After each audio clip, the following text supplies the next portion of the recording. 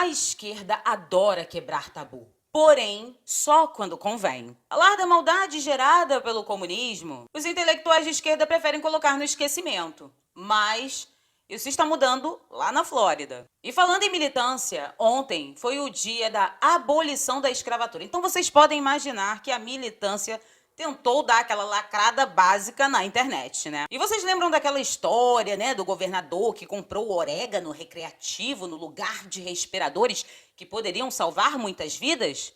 Parece que o buraco é mais embaixo e eu quero contar para vocês. Se gostou das pautas, fiquem comigo até o final desse vídeo. E antes de começar, peço a todos vocês que se inscrevam, compartilhem, dê o seu like, comente, compartilhe no WhatsApp, né, naquele grupo de amigos, parentes, para atingir aquele seu amigo, seu parente esquerdoso que acredita, tem fé que vai ter um céu aqui na Terra. Então vamos falar daquela historinha, né, para boi dormir, como se diz aqui no Rio de Janeiro, onde o governador comprou aí orégano no lugar de respiradores e deu uma desculpa que ele acredita que todo mundo engoliu, mas as coisas não são assim. O suposto engano, equívoco, tirou dos cofres públicos 48 milhões de reais. Gente, 48 milhões de reais é muito dinheiro para um equívoco, né? Mas assim, né, o pessoal progressista e o pessoal mais esquerdoso adora falar que o problema todo é o Bolsonaro. O Bolsonaro é um monstro dessa sociedade que não salvou vidas, porém esse dinheiro veio de onde, né? De rifa? De loja de camisetas estampadas? Não, né? Veio do governo federal, que o governador foi um péssimo administrador. Segundo a matéria do UOL, o pagamento foi feito antecipado e, pasmem, gente, sem contrato. Quem é que pega 48 milhões, entrega nas mãos, né, de uma empresa que acredita-se, né, que é uma empresa que vende respiradores e não assina contrato nenhum, né? Toma aí, vamos aí, estamos na confiança, né? Vamos na confiança de que tudo vai dar certo. E tem mais, a compra não foi publicada no portal da transparência. Mas como todo bom petista, ele não sabe de nada, ele não viu nada e se confundiu no meio da compra simplesmente porque ele não sabe falar inglês. Gente, é só entrar no Google Tradutor, né, colocar lá tudo que está em inglês, que facilita-se muito a vida. É uma ferramenta gratuita, qualquer computador e celular tem acesso, não tem como errar, né? Tá traduzindo até algumas páginas de alguns documentos e livros, então assim, não tem desculpa. Mas olha que coincidências, porque coincidências existem, né? Olha o que está na matéria. Luiz Henrique Ramos Jovino, um dos sócios da Hemp Care, empresa de produtos à base de orégano, que assinou o contrato de 48 milhões com o governo petista da Bahia para a compra de respiradores que jamais foram entregues. Foi sócio de 2 parentes do vereador Eduardo Suplicy, PT de São Paulo. Nossa, mas que coincidência, né? Podemos observar que essa historinha de não sei falar inglês cai por terra a partir do momento que a gente descobre que um dos sócios é um brasileiro, né? E essa compra, no fim das contas, foi feita com os irmãos e amigos de jornada revolucionária. E os 48 milhões dos cofres públicos, do pessoal aí que paga os impostos? Ninguém sabe, ninguém viu. E no final, aquela velha frase de petista: eu não sei de nada. Depois dessa negociação equivocada, né, que o cara conseguiu se confundir, meu Deus do céu, me confundi, eu não sei o que é respirador, eu não sei o que é orégano. Será que ainda vai ter pessoas, por exemplo, na Bahia, que vão ficar falando que a culpa das pessoas que foram embora, né, a culpa dessas fatalidades é o próprio presidente do nosso Brasil? Ou eles vão ter a dignidade de culpar os verdadeiros culpados, podemos dizer assim, que no caso da Bahia é o tal do Rui Costa, um péssimo administrador. Mas calma, meu povo, calma, fique comigo até o final, porque ainda tem mais. O buraco aqui é mais embaixo, a gente cava mais fundo. Pois ontem foi o dia da militância abrir as portas do choro livre. Pois é claro, foi o dia da abolição da escravatura. E vocês já sabem, né? O povo tá em 2022, mas tá com a mente, a consciência travada lá em 1888. Não tô aqui apagando as coisas negativas que ocorreram no nosso país nessa época, onde existiam, né, esse comércio desumano. Não é isso. Porém, né, gente, temos que seguir em frente, lutando pelos nossos sonhos de forma firme e vivendo o presente e não vivendo o passado. Mas militar é viver e quem vive de passado, meu amor, é museu.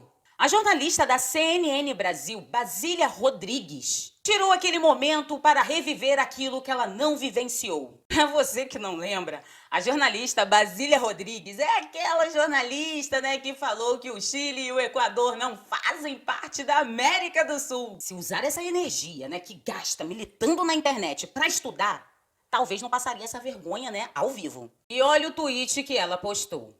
A Lei Áurea completou 134 anos. Agora, cumpra.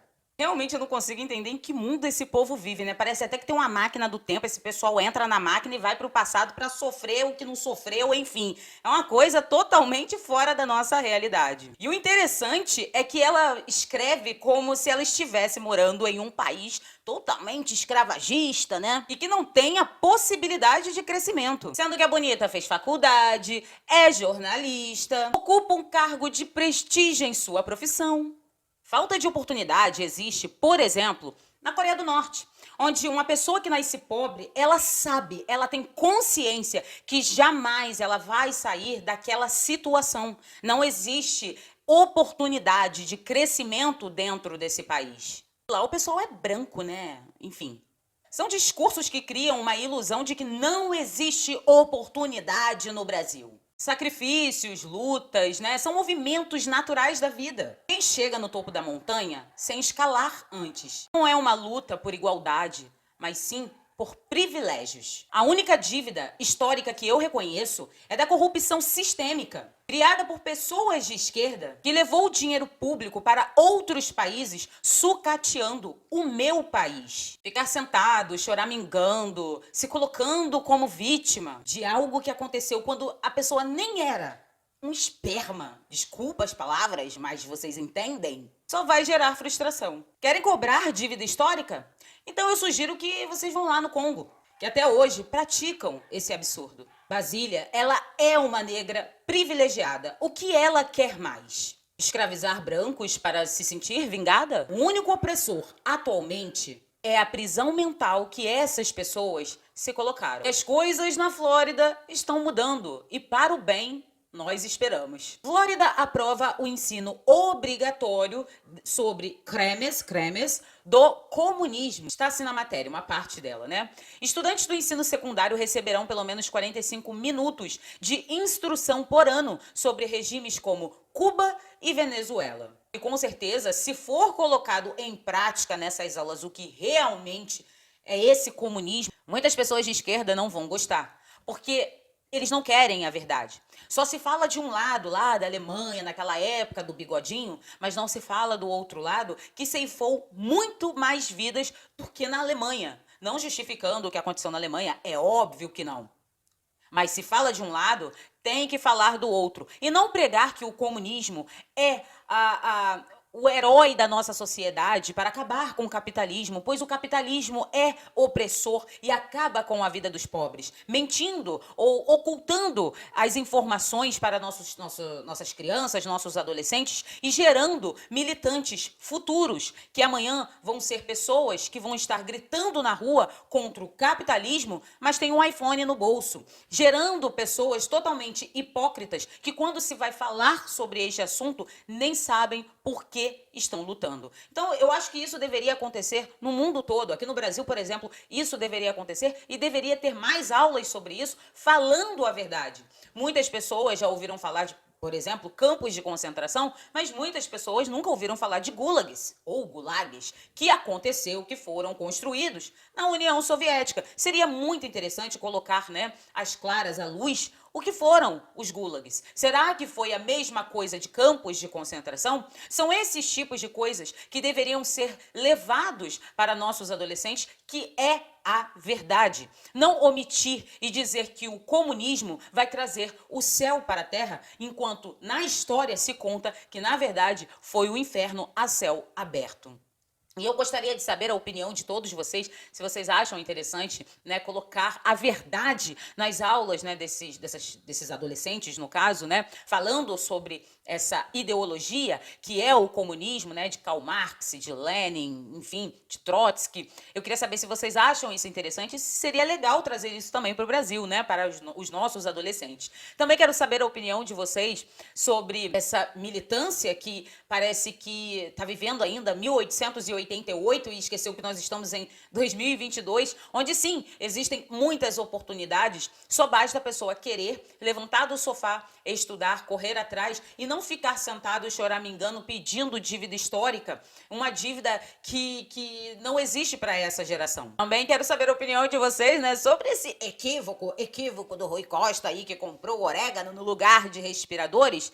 E são essas pessoas, né, de esquerda que são as primeiras a apontar o dedo para o Bolsonaro, que doou, né, mandou, no caso, 48 milhões para o estado da Bahia para salvar vidas, e o cara fez esse contrato que não tem contrato e acabou que nenhum respirador chegou no estado da Bahia. Mas no fim de tudo, quem é o monstro é o Bolsonaro, não a pessoa que se equivocou por simplesmente não falar inglês com um brasileiro que é sócio da empresa que vende lá o orégano, né? Mas enfim, o que vocês acharam? Eu espero que vocês tenham gostado. Não se esqueçam de se inscrever, compartilhar esse vídeo em suas redes sociais, no seu WhatsApp. Não esqueçam, gente, também de dar o like e comentar, porque é muito importante aqui para o engajamento. Muito obrigada pela atenção de todos e até o próximo vídeo, gente.